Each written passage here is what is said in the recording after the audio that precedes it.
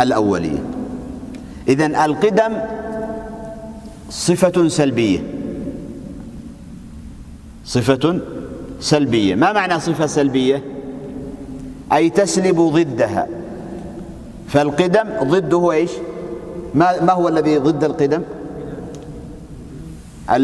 الحدوث. ضد القديم الحديث. فالقدم صفة القدم صفة سلبية، أي تسلب ضدها، تسلب ضدها، تسلب الحدوث. ولهذا يفسرونها فيقولون القدم عدم الأولية للوجود، عدم الأولية للوجود. إذن فمعنى أن الله قديم أي لا أول لوجوده، أي ليس لوجوده ابتداء. قال والثانية والبقاء، والبقاء، وهذه هي الصفة الثانية، وهي مفسرة بأنها عدم الآخرية للوجود، عدم الآخرية للوجود. وهذه أيضا كما تلاحظون عدم الآخرية. إذن كلمة عدم إذن هي صفة ماذا؟ سلبية تسلب ضدها، تسلب ضدها. وجل هو الأول الذي ليس قبله شيء، وهو الآخر الذي ليس بعده شيء. إذن القدم والبقاء هذا هو دليلها، دليلها من العقل معروف، ودليلها من الشرع هو الأول والآخر والظاهر والباطن، وهو بكل شيء عليم. وأما الصفة الرابعة فهي مخالفته تعالى للحوادث. قال ومخالفته تعالى للحوادث. الحوادث جمع حادث، والحادث هو المخلوق، ولا فرق بين الحادث والمخلوق.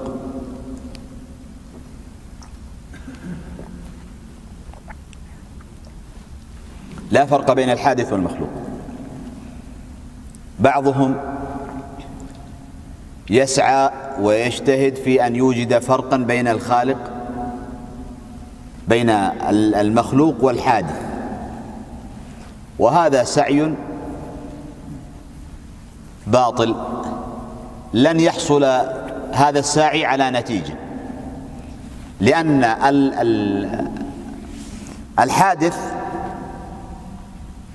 الحادث أي الكائن بعد أن لم يكن، والمخلوق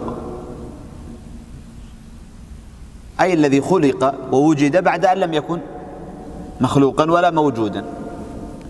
لو كان هذا المخلوق قديما ليس له ابتداء إذن هو ليس مخلوقا. فإذن الحادث والمخلوق شيء واحد، الحادث والمخلوق شيء واحد. ومن هنا يأتي ما سيأتي معنا في مسألة كلام الله تبارك وتعالى، وأن كلام الله قديم. ولهذا نجد البعض من مخالفي أهل السنة يقولون كلامه تعالى قديم النوع حادث الآحاد، قديم النوع حادث الآحاد، وهذا كلام لا يستقيم. لأننا لو قلنا بأن كلام الله حادث الآحاد، لو قلنا بأن كلام الله حادث الآحاد أي مخلوق،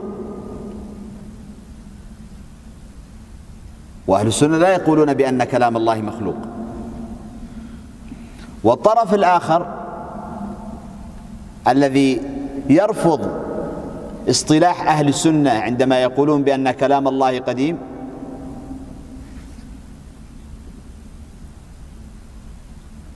الذين يرفضون اصطلاح أهل السنة ويقولون الذين يقولون بأن كلام الله قديم هم يرون أن كلام الله ليس مخلوقا، ويردون هم أنفسهم على المعتزلة. طيب إذا كنتم أنتم ترفضون كلام المعتزلة، إذا كنتم أنتم الإخوة الوهابية أو السلفية إذا كنتم ترفضون كلام المعتزلة وتقولون بأن كلام المعتزلة ليس صحيحا، المعتزلة يقولون القرآن مخلوق، وأنتم تقولون لا، هذا الكلام ليس صحيحا، كلام الله ليس مخلوقا، ثم تقولون بعد ذلك كلام الله قديم النوع لكن آحاده هذه الآية حادثة وهذه الآية حادثة، آحاده حادثة وليست قديمة، آحاده حادثة يعني وجدت بعد أن لم تكن، حدثت. ما معنى حدث؟ يعني حدث بعد أن لم يكن.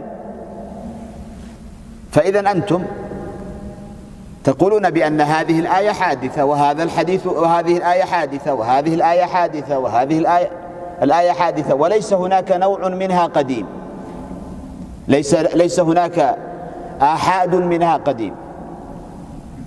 إذا كانت جميع الآحاد حادثة، إذا كانت جميع الآحاد حادثة، كيف يكون النوع قديما؟ وكيف تردون على المعتزلة؟ أنا أستغرب كيف تردون على المعتزلة. المعتزلة يقولون بأن القرآن مخلوق أي حدث بعد أن لم يكن، وأنتم تقولون ذلك، تقولون بأن القرآن حدث بعد أن لم يكن. عند التعقل لا فرق بين قولهم وقول المعتزلة، والفرق حقيقة بين أهل السنة وبين الفريقين. أهل السنة يقولون بأن كلام الله قديم ليس بحادث، وهؤلاء منهم من يقول هو مخلوق ومنهم من يقول هو حادث، منهم من يقول هو مخلوق وهم المعتزلة، ومنهم من يقولون هو حادث ابن تيمية رحمه الله ومن تبعه. فهؤلاء يسمونه مخلوقا وهؤلاء يسمونه حادثا. والحادث والمخلوق من وجهة نظرنا، ونراها وجهة نظر مقبولة عقلا، موافقة للغة، موافقة للمنطق، موافقة للشرع، لا فرق بين قول هؤلاء وقول هؤلاء، وهؤلاء مخطئون وهؤلاء مخطئون.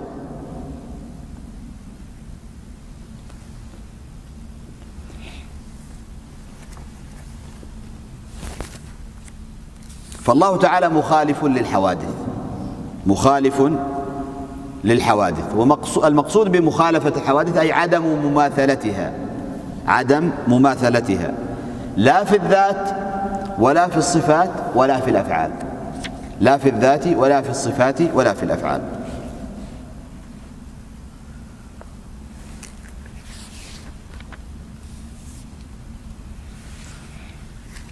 ثم قال: وقيامه تعالى بنفسه، وقيامه تعالى بنفسه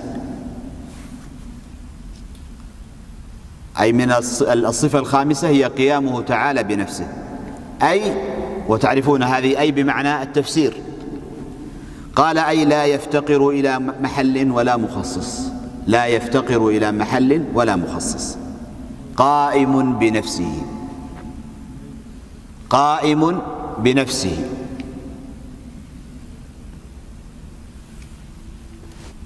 قائم بنفسه لا يحتاج إلى شيء.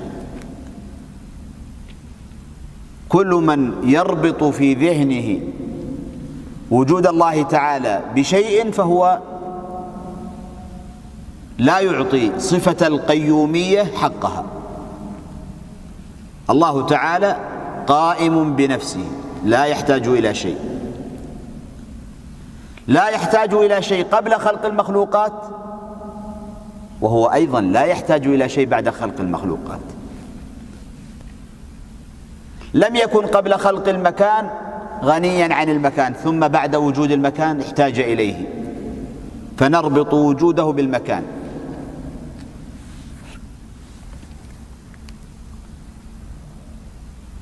الله ليس في مكان، إذن الله ليس موجود. من قال لك أن الله ليس موجود؟ يعني أنت لن تثبت أن الله موجود إلا إذا كان في مكان. وكيف كان إذن قبل أن يخلق المكان؟ إذن كان غير موجود، إلا موجود قبل أن يخلق المكان، خلاص وهو موجود بعد أن خلق المكان. ولا يحتاج إلى المكان.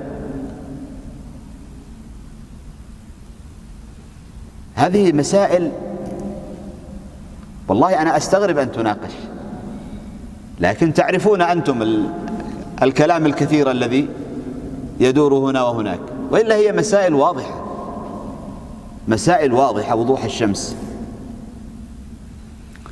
قال: والصفة الخامسة قيامه تعالى بنفسه، أي لا يفتقر إلى محل ولا مخصص.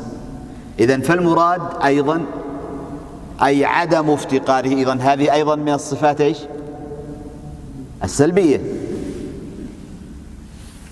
سلب افتقاره إلى محل، أي ذات يوجد فيها، فهو ليس محتاجا إلى ذات يوجد فيها. سلب افتقاره إلى مخصص، أي موجد، لأنه لو كان كذلك لكان مفعولا لا فاعلا، كان مخلوقا لا خالقا.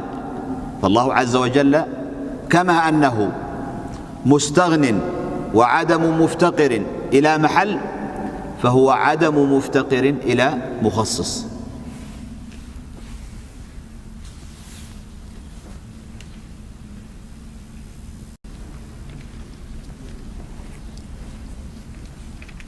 بسم الله الرحمن الرحيم. بسم الله الرحمن الرحيم. الحمد لله رب العالمين، وصلى الله وسلم وبارك على سيدنا ومولانا محمد وعلى آله وصحبه أجمعين. أهلا بكم أيها الأحبة إلى هذا المجلس لنتدارس فيه علما من علوم الشريعة الغراء، وهذا العلم يعتبر من أهم العلوم والمعارف، لأن العلوم تشرف بشرف موضوعها. وموضوع علم العقيدة هو ذات الباري تبارك وتعالى والرسل عليهم الصلاة والسلام، ولذا كان علم الاعتقاد من أشرف العلوم، بل هو أشرفها.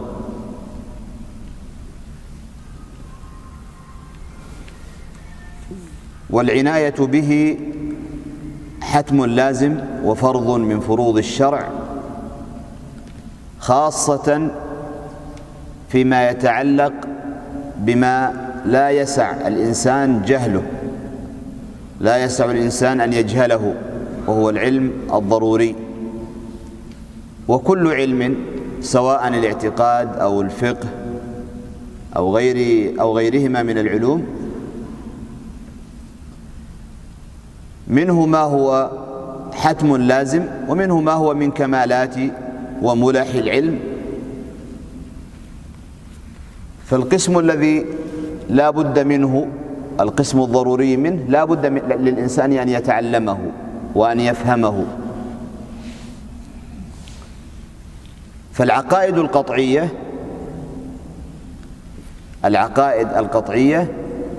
لا بد للإنسان أن يكون على بصيرة ويقين وحزم وجزم منها. والعقائد الظنية تعلمها والاجتهاد فيها في تحصيلها أمر مرغب فيه، لكن ليس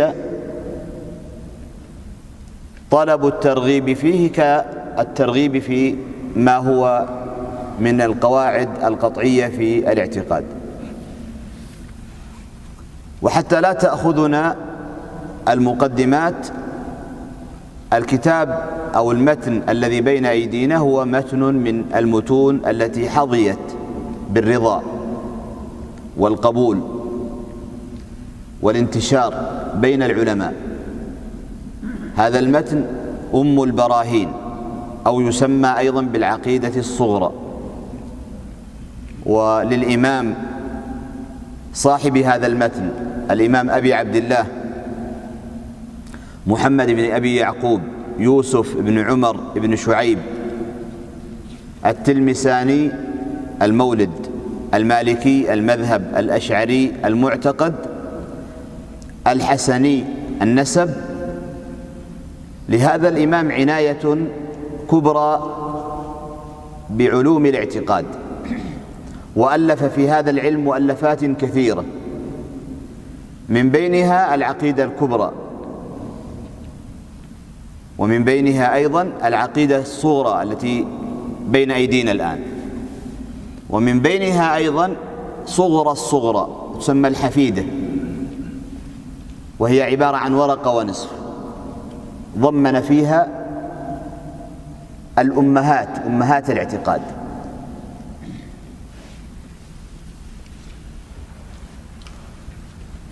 ولد هذا الإمام في سنة 832، ولد سنة 32 و800، وتوفي في نفس هذه 895، فيكون مقدار عمره 63 سنة.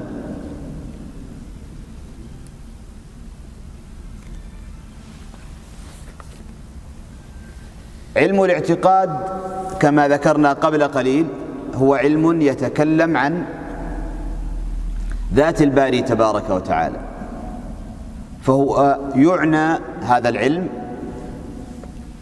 بالعقائد الدينية ودراستها بناء على الأدلة التفصيلية التي تثبت مسائله وتثبت قضاياه إثباتا يقينيا بعيدا عن الشك والريب والظن.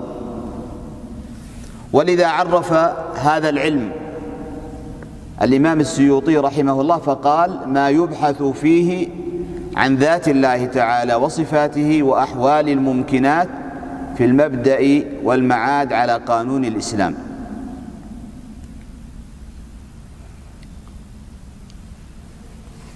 وهذا المتن قرابة 8 صفحات تقريبا، قرابة 8 صفحات، ابتدأه المصنف رحمه الله تعالى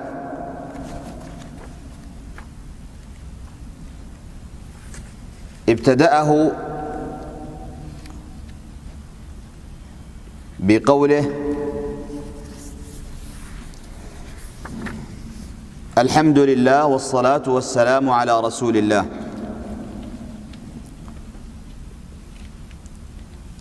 اعلم أن الحكم العقلي ينحصر في 3 أقسام: الوجوب والاستحالة والجواز. هذه الأقسام العقلية محصورة في هذه القسمة الثلاثية: الوجوب والاستحالة والجواز. ما الدليل على هذه القسمة؟ هل هناك آية تدل على هذه القسمة أو حديث؟ ليس هناك آية ولا حديث تدل على هذه القسمة، إذن هذه القسمة باطلة. هكذا يقول ضعاف العقول. هذه القسمة مبنية على الاستقراء. مبنية على ماذا؟ الاستقراء، والاستقراء دليل عقلي. الاستقراء دليل عقلي، وأدلة العقل قطعية، ولا يخالف دلائل العقول إلا المجانين، لا يخالف دلائل العقول إلا من لا عقل له. نحن لا نتكلم عن أوهام العقول، الحديث عن مقاطع العقول. مقاطع العقول لا يخالفها العقلاء. مقاطع العقول يعني المسائل المجزوم بها لا يخالفها العقلاء. العلماء حين قسموا هذه قسمة اصطلاحية، حين قسموا في علم الفقه أفعال المكلفين أو الخطاب الشرعي، قسموه إلى واجب ومستحب ومباح ومكروه ومحرم ومكروه ومحرم ومباح، الوجوب والاستحباب والكراهة والتحريم والإباحة، هذه الأحكام الخمسة. ليس هناك آية ولا حديث تنص على أن هذه الأحكام خمسة هكذا. ليس هناك آية ولا حديث تتكلم عن أن أركان الصلاة 13. فالتقسيمات إما أن يكون مأخذها عقلي أو شرعي. التقسيمات إما أن يكون مأخذها عقلي أو شرعي. فإذا كان عقليا فإما أن يكون معتمدا على الاستقراء أو على السبر والتقسيم، وإذا كان شرعيا فمأخوذ من الأدلة التي دلت على وجوب هذا فجعلناه في قسم الواجب، أو دلت على استحبابه فجعلناه في قسم المستحب، وهكذا. إذن الأحكام العقلية 3 والأحكام الفقهية 5. قال: اعلم أن الحكم العقلي ينحصر في 3 أقسام: الوجوب والاستحالة والجواز. فالواجب ما لا يتصور في العقل عدمه، ما لا يتصور في العقل عدمه، أي لا يمكن أن يتصور العقل عدم هذا الأمر الواجب. إذا ضبطت اللفظة بالفتح ما لا يتصور فيكون المقصود ما لا يمكن للعقل أن يتصور عدم ذلك الشيء. وإذا ضبطت بالضم ما لا يتصور في العقل عدمه فيكون المقصود ما لا يتعقل، يعني أنه لا يمكن تعقل عدم ذلك الشيء. فالواجب إذن لا يمكن للعقل أن يتخيل عدم وجوده. الواجب العقلي هو الذي لا يمكن للعقل أن يتصور عدم وجوده، بل العقل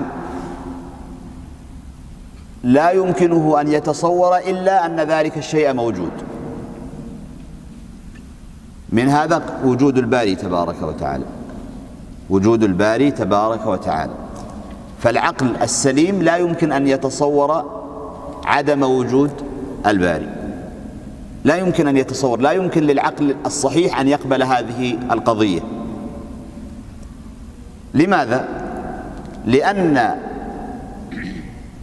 قبول العقل لعدم وجود الباري يعني عدم وجودنا، عدم وجود المخلوقات، لأنه لا يمكن للمخلوق أن يكون بدون خالق، ولا للمصنوع أن يكون بدون صانع.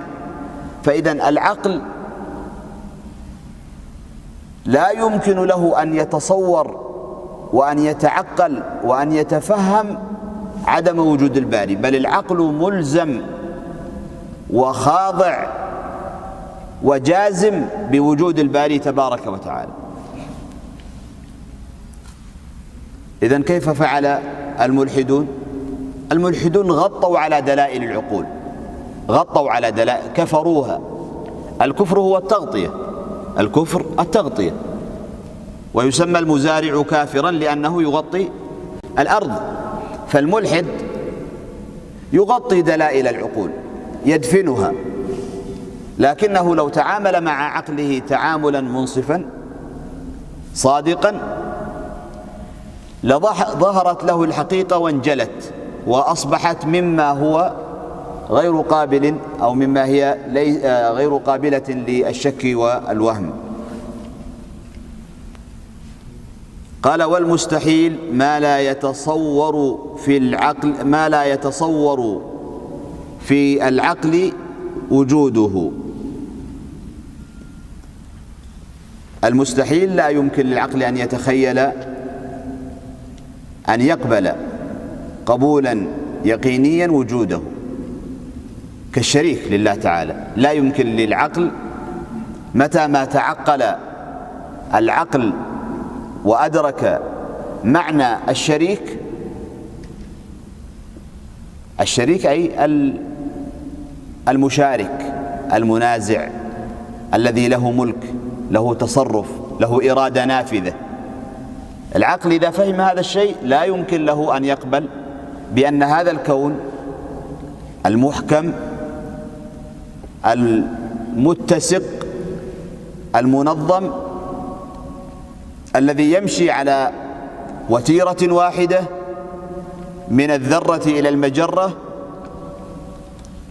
الذي يتفاعل فيه الكون كله وكأنه شيء واحد، فذرات جسم الإنسان لها ارتباط بالشمس والقمر والأفلاك، والبذرة في الأرض تحتاج إلى الشمس حتى تنمو. هذا التناسق في الكون يدل على أن صانعه واحد، لأنه لو كان له شريك لحدثت النزاعات، لو كان فيهما آلهة إلا الله لفسدتا. فدل هذا على أن هذا النظام الواحد ناتج عن رب واحد.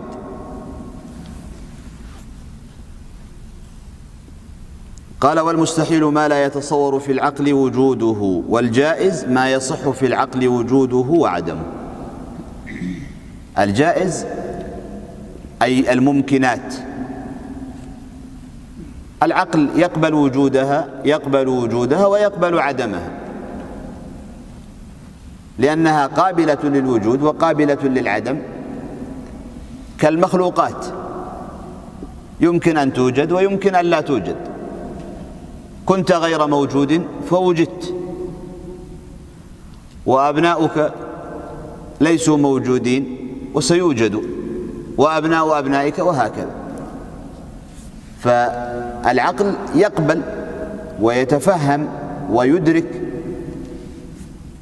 يمكنه أن يقبل عدم الوجود كما يمكنه أن يقبل الوجود. قال: ويجب على كل مكلف. بدأ هنا بالاعتقاد.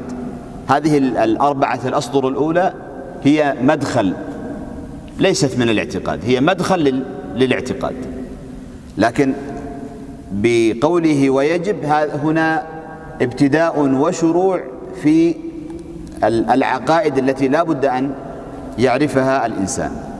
قال: ويجب على كل مكلف شرعا أن يعرف ما يجب في حق مولانا جل وعز، وما يستحيل وما يجوز، وكذا يجب عليه أن يعرف مثل ذلك في حق الرسل عليهم الصلاة والسلام.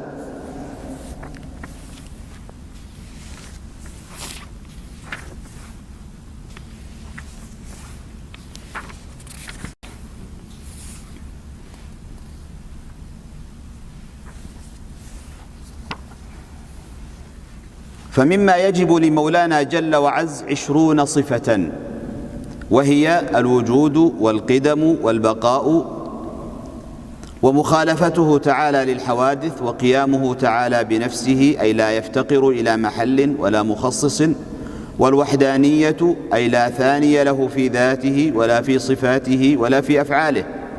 فهذه 6 صفات، الأولى نفسية وهي الوجود، والخمسة بعدها سلبية، والخمسة بعدها سلبية.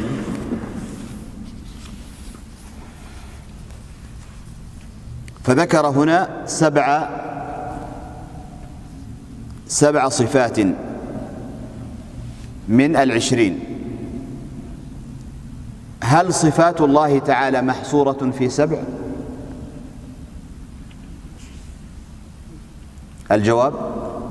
الجواب لا. هل صفات الله عز وجل محصورة في 20؟ الجواب لا. إذن لماذا ينص الأشاعرة على 7 الصفات؟ ولماذا ينصون على 20؟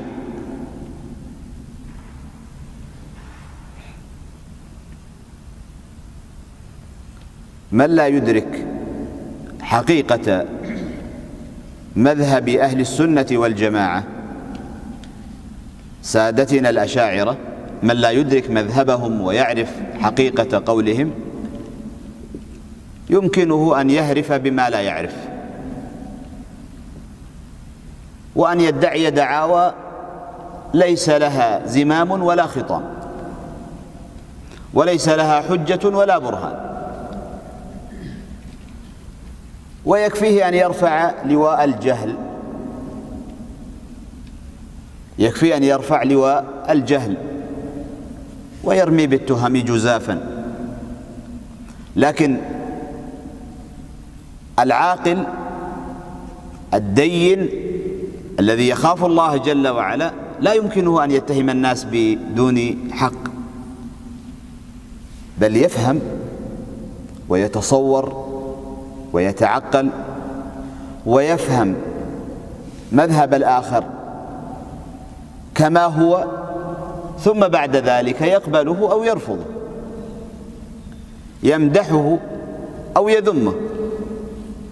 أما أن ينطلق مباشرة إلى القدح وإلى الذم وإلى الرد وهو لم يدرك حقيقة الأمر، فهذه والله جهالة ما بعدها جهالة وظلم، لأنه سيأتي يوم القيامة فيجد أن خصمه هم أئمة الإسلام، أن خصومه هم أئمة الإسلام، وأنه كان مبطلا بدعاواه التي لا حجة لها ولا سند. الأشاعرة أثبتوا السبع لأنها قطعية، وكلمة الاعتقاد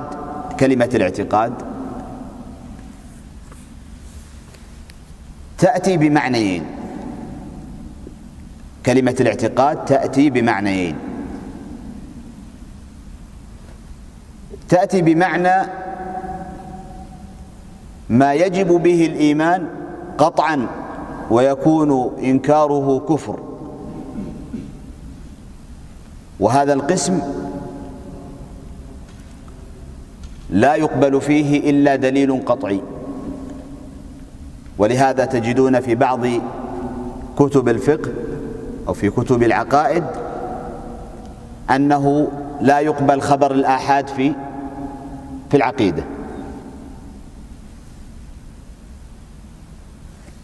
غير المتبصرين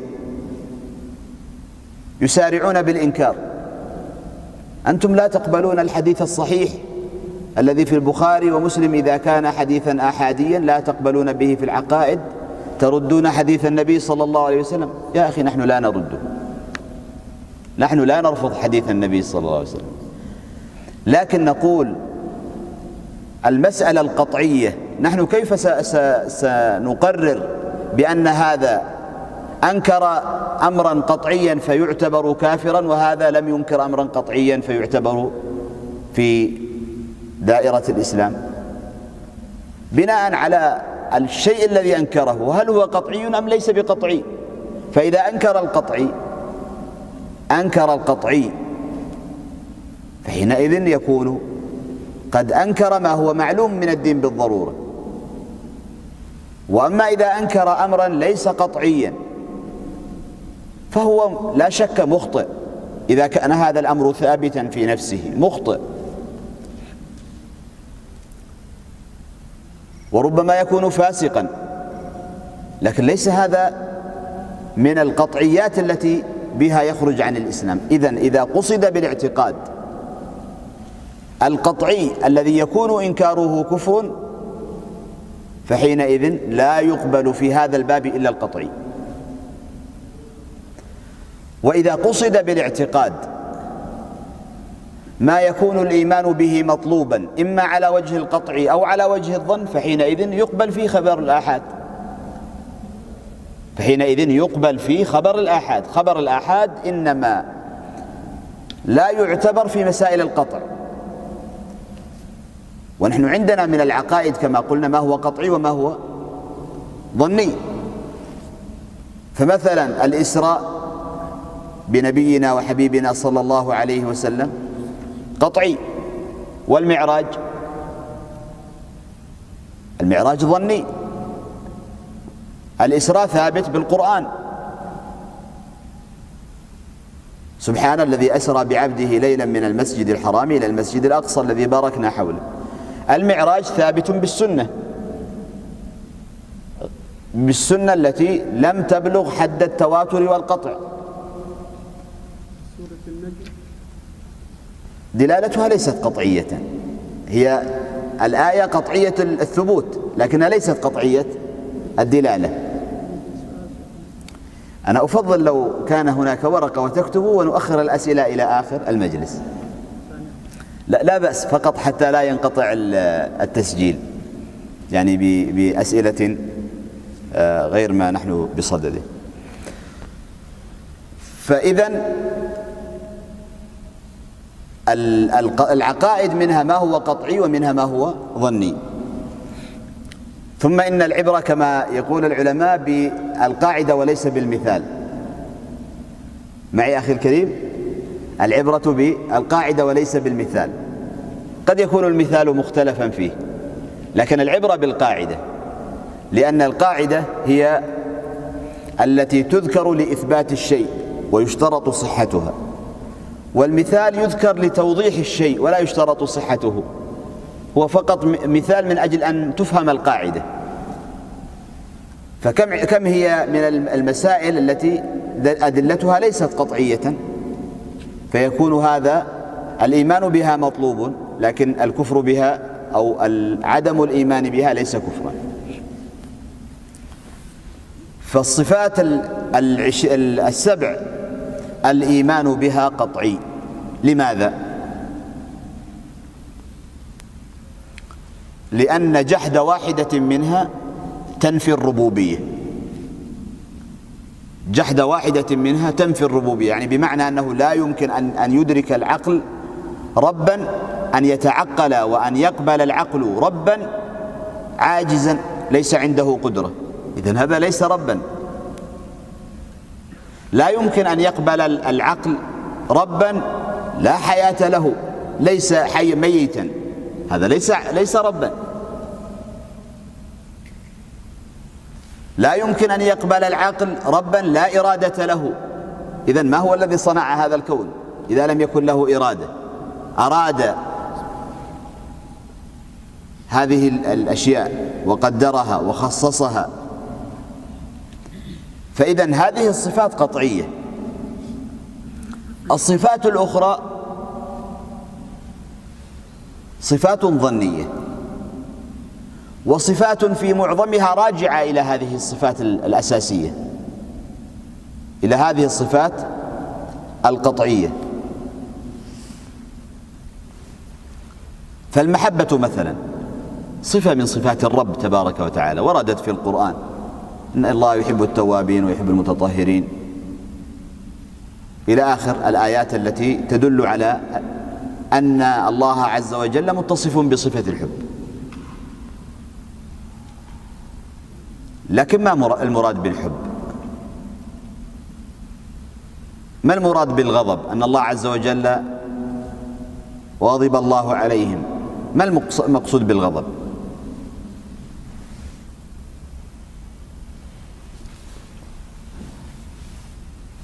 الحب ميل النفس تجاه شيء ما. الغضب غليان النفس وعدم غليان النفس وكراهية النفس لشيء ما.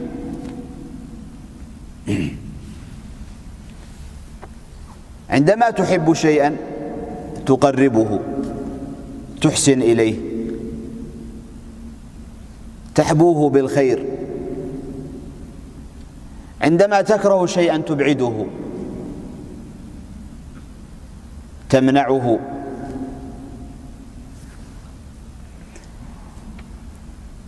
فيترتب على الحب أفعال، ويترتب على البغض أفعال.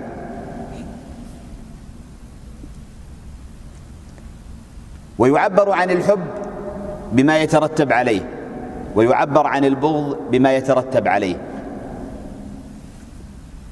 فنحن مثلا لا ندرك مسألة غليان النفس عند زيد أو عند عمرو، لا ندرك ذلك، لكن رأينا فلانا هذا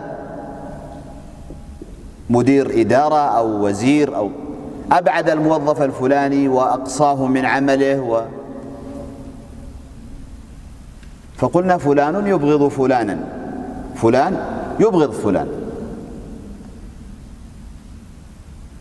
بسبب الأفعال التي رأيناها، ولله المثل الأعلى.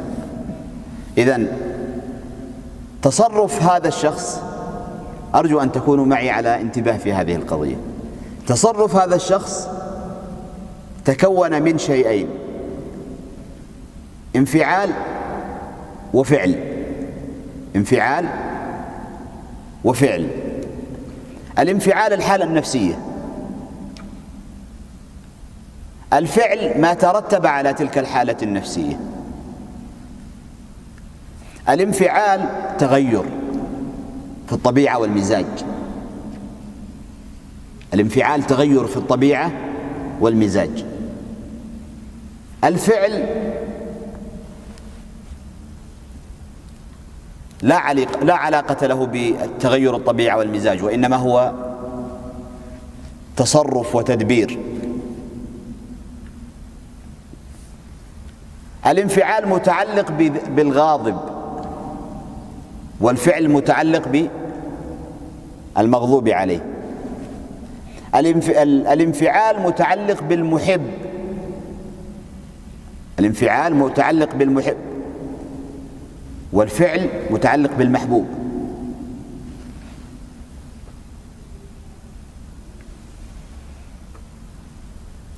فإذا أتينا إلى مسألة الحب، إلى صفة الحب أو صفة الغضب، نقول نحن لا يمكن إثبات، لا يجوز أن ننسب إلى الله عز وجل الغضب بمعنى الانفعال، غليان دم النفس، لأن هذا تشبيه لله بخلقه، هذا لا يجوز. هل أنتم تنفون صفة الغضب يا معشر الأشاعرة؟ الجواب لا، لا ننفيها، ننفيها بمعنى الانفعال، لكن نثبتها بمعنى الفعل.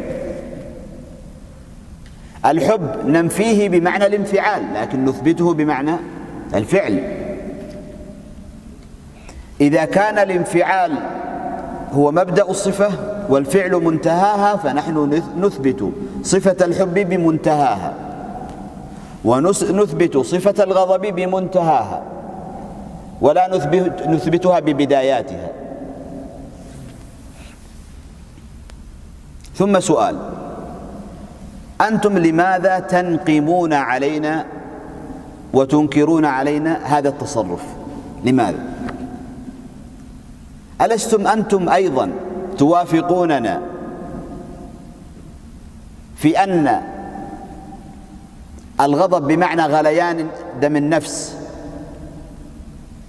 منفي عن الله عز وجل؟ أنتم تثبتون ذلك وتقولون هذا لا يمكن، هذا من صفة المخلوق، لكن لله تعالى غضب يليق به. إذن نحن متفقون، نحن أيضا نقول لله عز وجل غضب يليق به، ليس هو بمعنى الانفعال وإنما هو بمعنى الفعل.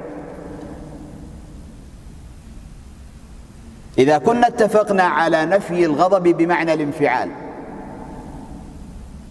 نحن لا ننفي الغضب إلا بهذا المعنى، وأما إثباته بمعنى الفعل فنحن لا ننكره. الحب نحن لا ننفي الحب بمعنى الفعل، إنما ننفي الحب بمعنى الانفعال، وأنتم أيضا تنفون هذا التصرف، هذا المعنى، وتقولون هذا لا يليق بالله. إذن نحن وأنتم متفقون. إذن لماذا المماحكة؟ هل هو فقط بحث عن معركة؟ فلا بد من إدراك حقائق الأشياء، لأن إدراك حقائق الأشياء يكفينا معارك ليس لها داع، يكفينا معارك ليس لها داع. فإذن هذه الصفات 20 7 أو 20 هذه ثابتة بالعقل والنقل، دليلها عقلي نقلي. وهناك من الصفات ما دليله نقلي فقط.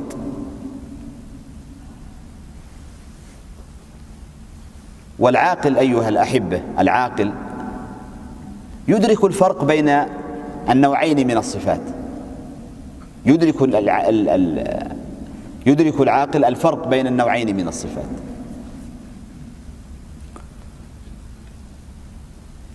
صفات منشأها ومبعثها العقل.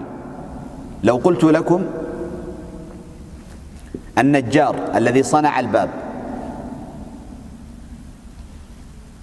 هل تتصورون عجزه عن المهمة التي هي وظيفته، التي هي النجارة؟ هل تتصورون تقبل عقولكم أن يكون النجار الذي صنع الباب أن يكون عاجزا؟ لا يمكن. لو كان عاجزا إذن كيف صنع الباب؟ أن يكون خبيرا، لا يمكن لكم أن تتصور أن تقبل عقولكم مهما حاولت إقناعكم أنه لا خبرة له، فقط هكذا جاء بخشبة فقطعها بسكين وأصبحت باب. هذا لا يمكن أن يقبله العقل. إذن هذه صفات أدركتموها بماذا؟ بعقولكم. لكن لو قلت لكم النجار يحب اللحم، هل يمكن لكم من النظر في الباب أن تدركوا أن صانعه يحب اللحم؟ لا يمكن، لأنه ليس في هذا المصنوع دلالة على هذه الصفة في الصانع. لكن الخبرة الموجودة في صناعة الباب تدلنا على أن صانعه خبير، إتقانه لعمله تدلنا على أنه عليم، اقتداره تدلنا على أنه قادر. فهذه صفات دلت عليها العقول. إنكارها خروج أصلا عن العقلاء، إنكارها خروج عن دائرة العقلاء، بخلاف بقية الصفات. ولهذا الأشاعرة ميزوا بين هذين النوعين من الصفات. والإمام البيهقي رحمه الله في الأسماء والصفات بين أن هناك صفات دليلها العقل والنقل أو السمع والعقل، وهناك صفات دليلها السمع فقط، أي النقل من الوحي.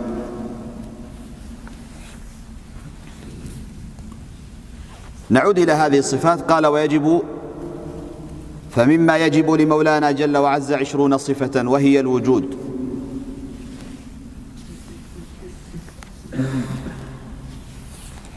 الوجود الثبوت والحصول، الثبوت والحصول في الخارج، يعني شيئا له ثبوت وحصول في الخارج، أي خارجا عن الذهن. وجود الله تعالى، مع أننا نقول بأن الله موجود ونحن موجودون، لكن وجودنا غير وجود الله تعالى. وجودنا مسبوق بعدم، وجودنا مفتقر إلى موجد، والله تعالى وجوده لا يفتقر إلى شيء، فهو الغني، هو الذي خلق الخلق فأبدعه وشق النور وشعشعه، هو الذي يعطي المخلوقات أسباب وجودها. فوجود الله ذاتي، ووجود المخلوق بغيره، وجود المخلوق بغيره.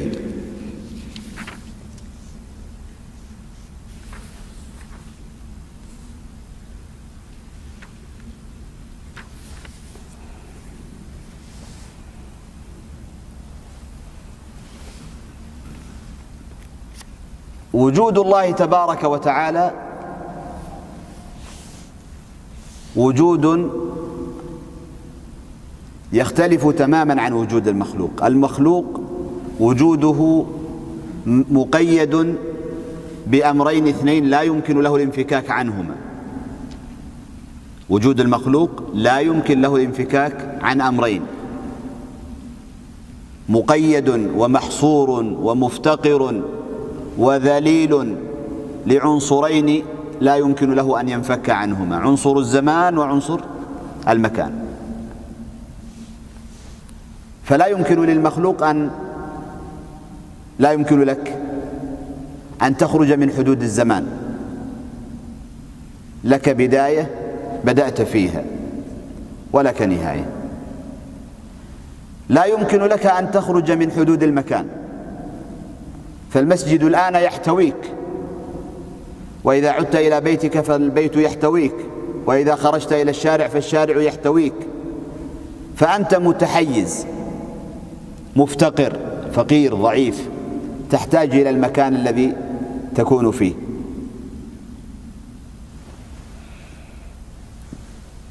فأنت مفتقر إلى الزمان والمكان. الله عز وجل خلقك وخلق الزمان، خلقك وخلق المكان، وجعل بينكما تلازم وعدم انفكاك.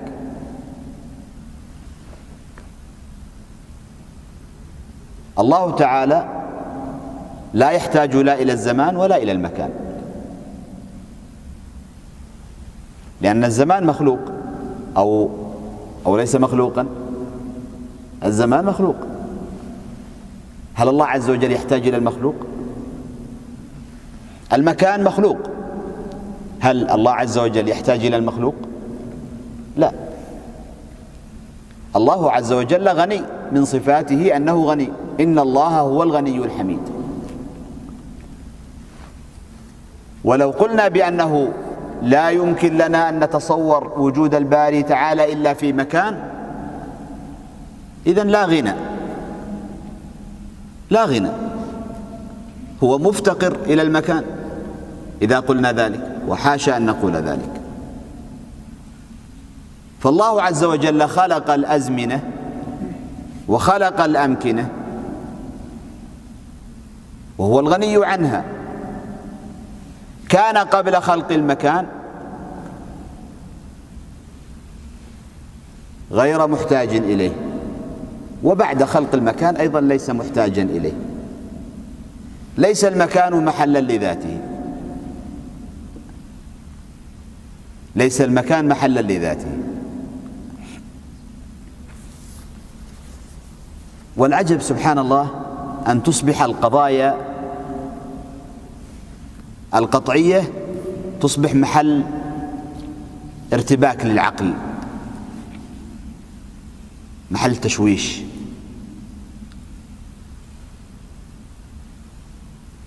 كان قبل خلق المكان،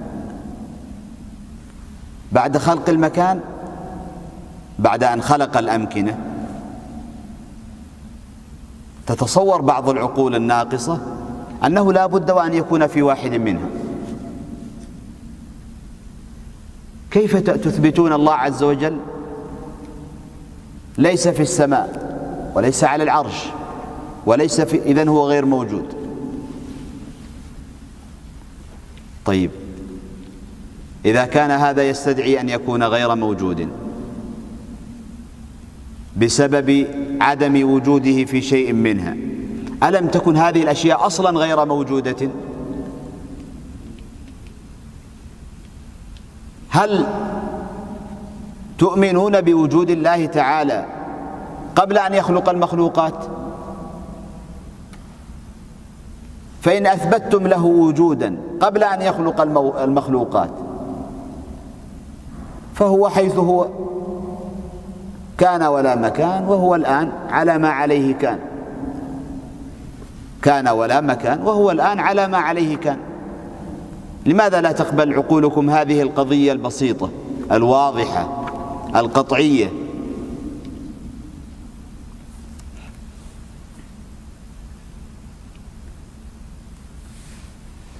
هذا من حيث الاستدلال العقلي. من حيث التعامل مع النصوص الشرعية، الرحمن على العرش استوى، أأمنتم من في السماء، وغيرها من الآيات، ينبغي أن يكون التعامل مع هذه النصوص الشرعية من منطلق التعظيم، منطلق الهيبة، الإجلال لكلام الله وكلام رسوله، ومن تعظيم كلام الله وكلام رسوله ومن تعظيم الكتاب والسنة ألا نفسرها تفسيرات تصطدم مع قطعيات العقول، ألا نجعل هذه النصوص متضاربة مع القطعيات، بل تفهم الظنيات في إطار القطعيات، وتفهم المتشابهات في إطار المحكمات، تفهم المتشابهات في ضوء المحكمات، لا أن نضرب بعض الكتاب ببعض ونضرب بعض السنة ببعض.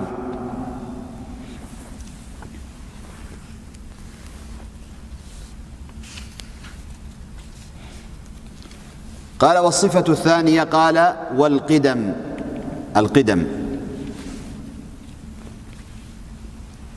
القدم المقصود بالقدم عدم الأولية، عدم الأولية، يعني أنه لا أول لوجوده تبارك وتعالى. تأملوا معي طريقة الشرح للأئمة عندما يقولون القدم عدم الأولية. القدم عدم الأولية. إذن هذه الصفة تسلب عن عقولنا توهم وجود الأولية، هي لا تسلب عن الله. الله عز وجل لا يناله مكروه. البعض يقول تسلب عن الله، المقصود أي تسلب عن عقولنا نحن وصف الله تعالى